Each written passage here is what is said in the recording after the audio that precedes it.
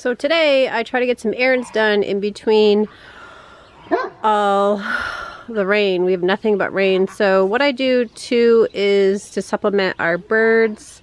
They get grain, they get corn, pellets, but I also go and get bread from the bread store. So this bread is bread that's, I guess you'd say, out of date, but it's not moldy. So we supplement this for our flock as well as eating. I know. So I mean, it's either 100 degrees or it's raining here. So these guys are pretty happy. I just gave them some, but they're already looking for some more. Hot dog rolls. Get your hot dog rolls. What's up, Peanut?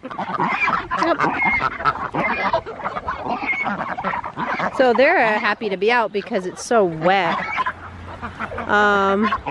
So these are the little ones that I've hatched out recently. Most of them are pretty small. I do have a couple of guineas in here that are a little, at least a month older than the rest. But I had to get another light. I have 2 lights in here now because my Brinsky hot plate stopped working. So here's the big ones. And then if you notice way in the back, we have a little duckling in here. So that black and yellow one in the back, that's a duckling. So I have little keats. I have some lavender turkeys, and I may have a lavender keat in here too, and some piebald keats. But I decided that I wanted to add some ducks, so I'm hatching out some ducks for myself. And these keats will probably be staying here too. It is getting July, so if I put anything in the incubator now, it takes at least a month. So you're talking, you know, the end of July, the beginning of August. So, and then you have to wait for them to be a few months to go outside. So it gets too late in the season for New Hampshire to hatch after that date, at least for myself. That's how I feel. So I got a couple of them soaking up the heat underneath that light I just put in. And these guys are just kind of scared because I just cleaned out their water and gave them some new food, so they're all hiding. But I did just have another duck that hatched out, but I'm not sure how he's doing yet. I haven't checked on him since he hatched out. But the little duckling's right in there, and that little duckling's going to stay here too.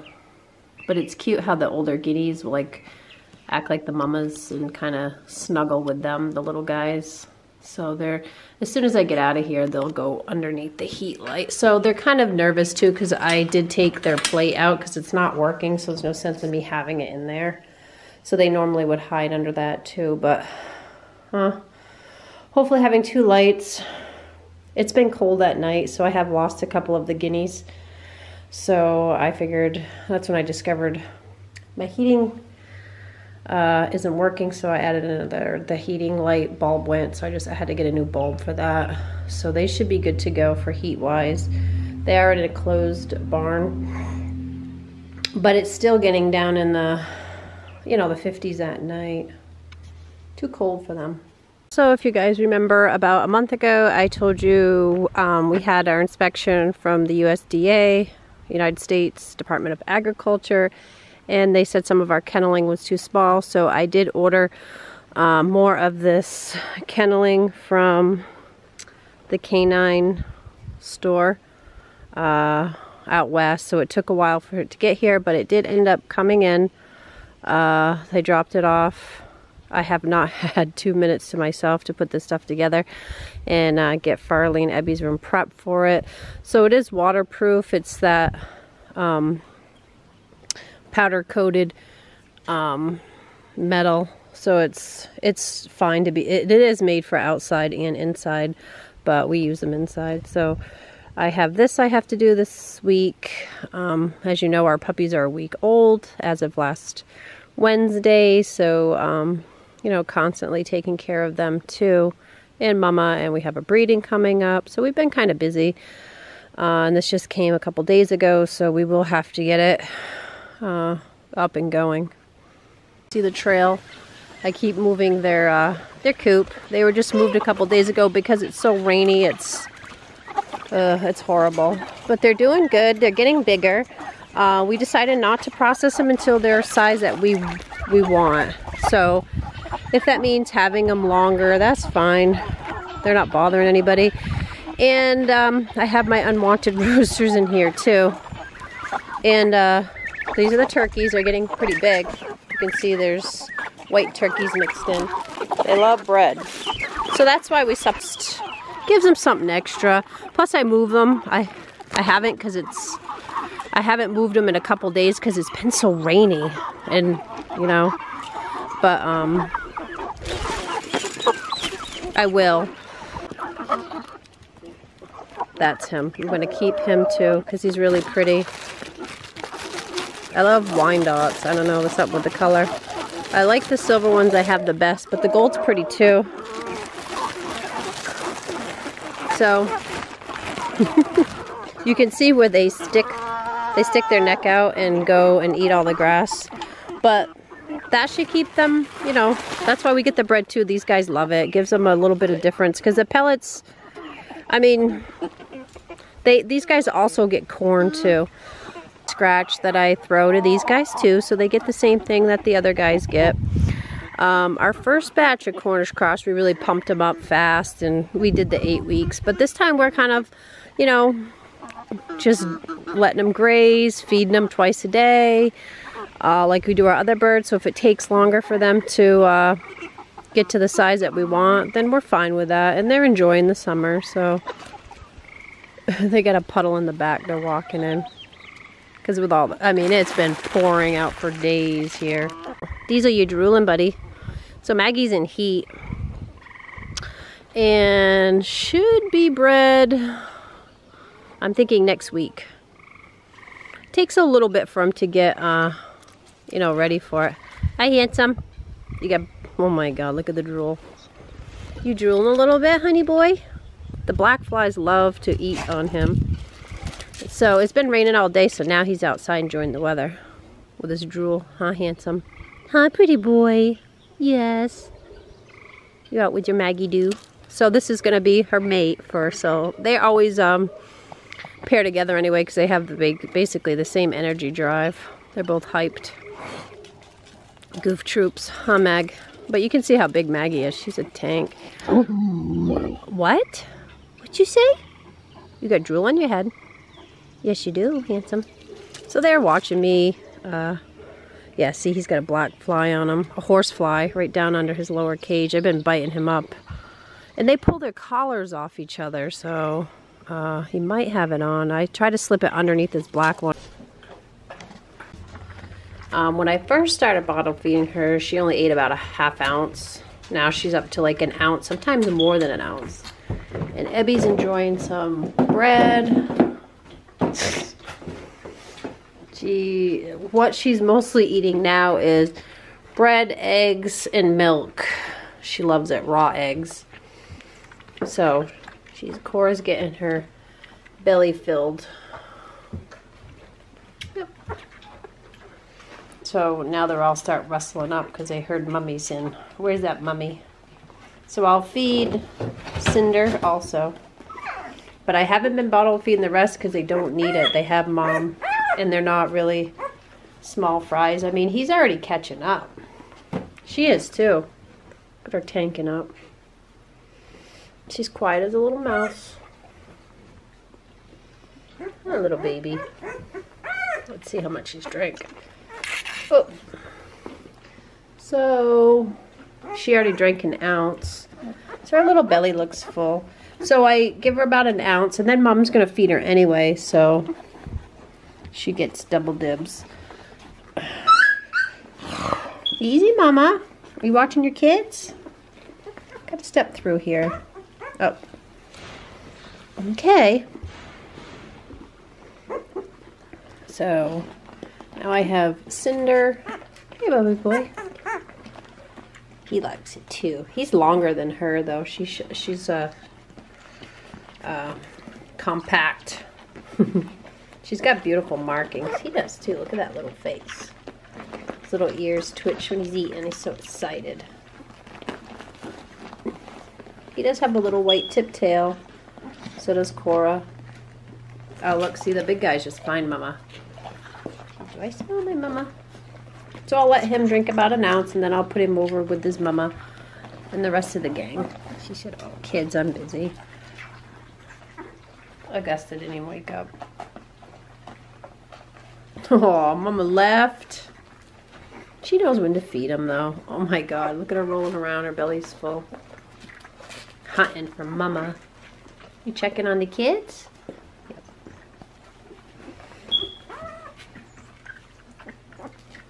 You can tell her belly's full. His is, too. Look at it. All right, let's see how much you drank, little man. Let's see. He drank over an ounce. So she had about an ounce and he drank over an ounce. Look at her little belly so full. She's rolling around. Come on, honey girl. Come over here. And they always, the little ones always find the bunch to lay with. They want to be warm, so we have her window shut. We had it open just, I think, one day. It was warm. Other than that, it's been rainy here and miserable. So we make sure we keep them warm. But next week, their little eyes should be opening. Mom's checking, see what she missed while she was outside. So she went out with Farley. Farley wanted to be out there longer, but she likes to go in and out so she can keep an eye on her kids. I think she found the one poop when she was outside. She said, I gotta clean this up. She's very good. Hi, little man. Look at him over here. Yes, you guys, his belly's full, but you can eat with your mommy. And the rest are still looking for her. She's so jet black compared to her sister. See the difference. Hunting for mommy. So that's the update with the babies. They're doing great. They're over a week old. I'm going to try to get a better scale. The scale I have isn't very good because they're too long to actually get in it. So start tracking their weights, even though I can tell they're gaining. Because when I come in now, I'm always like, before I could definitely tell the little ones, now I'm like, okay, where's the little ones? Because they're starting to bulk up. So I'm pretty excited. But they're definitely thriving and healthy, even though they're small. But they're doing good. Mom's doing good. She's a pro. So she'll sit over there and they'll find her. If they don't, she wiggles her nose out, touches them so they know where to find her. Did you want your babies? One of them's crying. Augustus. He said, where are you, Mama? Oh, jeez. Hot pursuit. Go see Mommy. Look at his little face. He's so freaking cute. Oh, he's I know that. You sweet thing. Look at that little face. Alright. Huh, Mama. He's a good Mama. So this is the garden. This is a bunch of different squash, summer squash, zucchini. It's doing pretty good. I have thinned them out a little bit because I had even more plants coming up. And with all the rain, you can see the weeds are coming up. So I'll have to get out here and do some weeding. But these are all the little pole beans and bush beans on the edge. And the pole beans, look at them go. They've made their way to the top. I'll start lacing them back around. But can't wait until we actually have some beans. I love beans. Pepper plants are doing well. I did pull out the little ones that were down here. That didn't mount to much, but I still have quite a bit of bushes that are doing well. So, and there's a lot of little buds and little peppers growing. Tomatoes are doing well. Again, we had so much rain, the weeds are coming up, so I'll have to weed, but so we got some good sized cherry tomatoes, waiting for them to ripen up. Got some good ones starting here. So I'm pretty happy with the tomatoes. These are the big tomatoes, and I've tied some of them up because they started to lean, but I'm getting blossoms on these too. So can't wait for tomatoes. And I have been trimming the bottoms down. Like, I read somewhere if you trim off the bottoms, more of the nutrients goes to the top. So I do that. And, hi Isabel.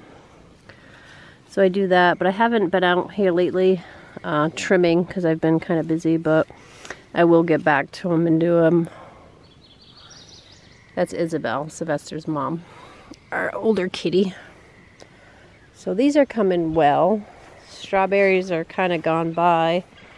This is my little pumpkin patch. I had a little pumpkin, but all the rain, it fell off. I have some more blossoms though. So it's, we'll see if I get anything. I might not, I might. This is broccoli. It looks like something's been eating it. This is my first year for broccoli, so I don't surmise I'll get anything, but I might learn something from it. I got the little corn, the little row of corn coming up. We'll see how this does. That's the Silver King corn. Hopefully we don't have to buy any this year, Isabel. We have our own. But even if I don't get any, I can use the stalks for Halloween decorations. Look on the brighter side. And my cucumbers really didn't mount to much so far. We'll see.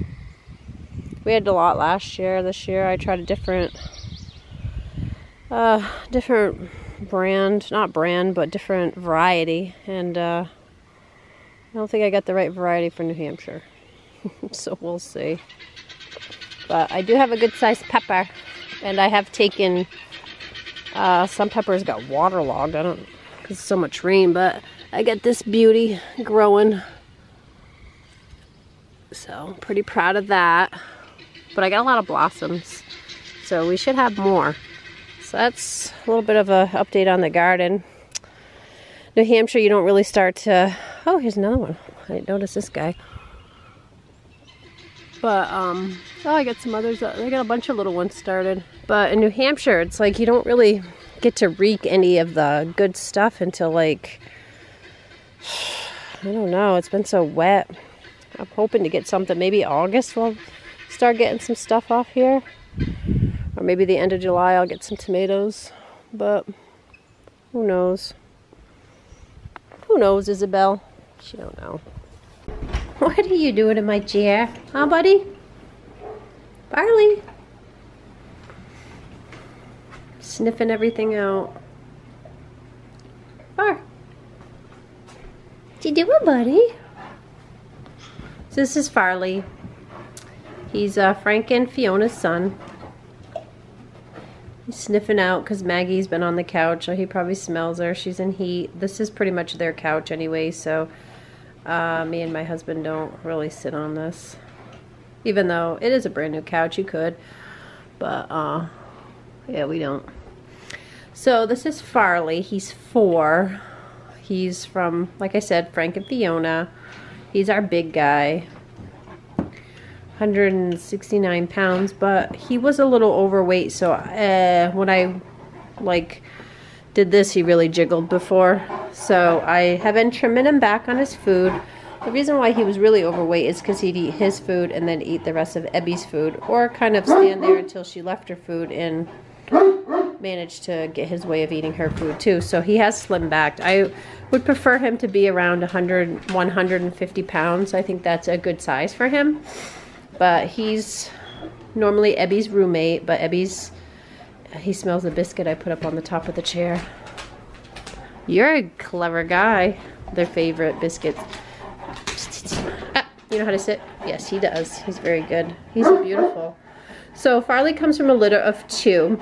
Him and his brother Zeklin. 2 boys is all Fiona had. And that was Fiona's second and last litter. It just wasn't in the cards for her, but we do have this beautiful boy, Farley. His birthing story was more of kind of a tragedy. So Fiona was artificially inseminated with Frank's semen, and she got pregnant and only had 2. So she had to have them C-section, which went pretty smooth. It went quick because it was only 2. We brought her home. She was doing great. And then that night, things took a turn for the worse. I know what natural birthing looks like. I know what to expect. C-sections, it's really less messy because when they're in there, they tend to get a lot of all that fluid and blood and stuff out. So for the first day, she really didn't.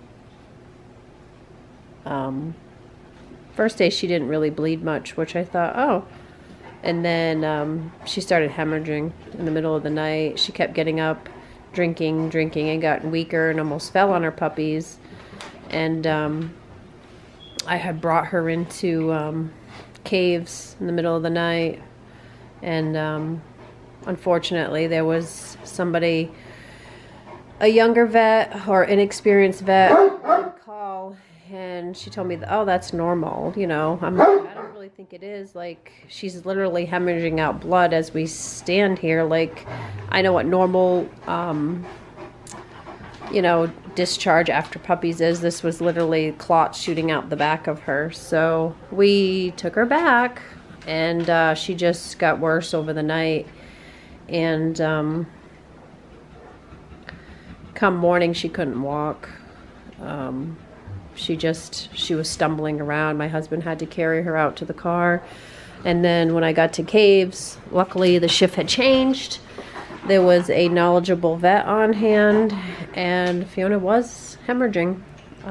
She had pyometra, and the other doctor did not do an ultrasound to see her uterus, because that's basically what pyometra is. It's a uterus that swells up with blood clots. So needless to say, our little Fiona, we almost lost her that day. These boys were hand raised by me and my husband and my daughter around the clock, because Fiona was at caves for a week recovering. She wouldn't eat. We almost lost her due to the neglect of not picking up what was wrong with her. So the second time when I went in, they did blood work. She needed blood transfusion. She needed to see a heart doctor because it had messed with her heart, losing all that blood. So, I mean, we went down and we would bring her like special bacon and chicken just to get her to eat, because she wouldn't eat for them. So these boys still needed us to take care of them, so she didn't even get to take care of these guys. By the time she got home, her milk was dried up, and she was on so many meds that she couldn't nurse them. So you know, it was such a huge loss. We ended up keeping Farley. We just, you know, it's hard when you only have two not to, and then to know that that was Fiona's last litter and that we almost lost his mama. So Fiona has been spayed for quite some time, and she's our old girl, and we just love her to death. And we love Farley too. It's her son. He has a lot of traits of his mom's and his dad's, but this is a little bit about Farley and how he's with us. And you know, we were there to artificially inseminate his mom. We were there when he was born, and we raised him from day one because his mom couldn't. But when she did get better and came home, she was in the room and she got to see them and sniff them. She just couldn't nurse them. So that's a little bit of a backstory on Farley. And the Queen Fiona, she's Queen Bee around here. She's 8 now. So gives you a little idea. Hi for her. So remember, if you like our channel, like and subscribe, and you'll see more videos of what's going on here with our birds and our dogs.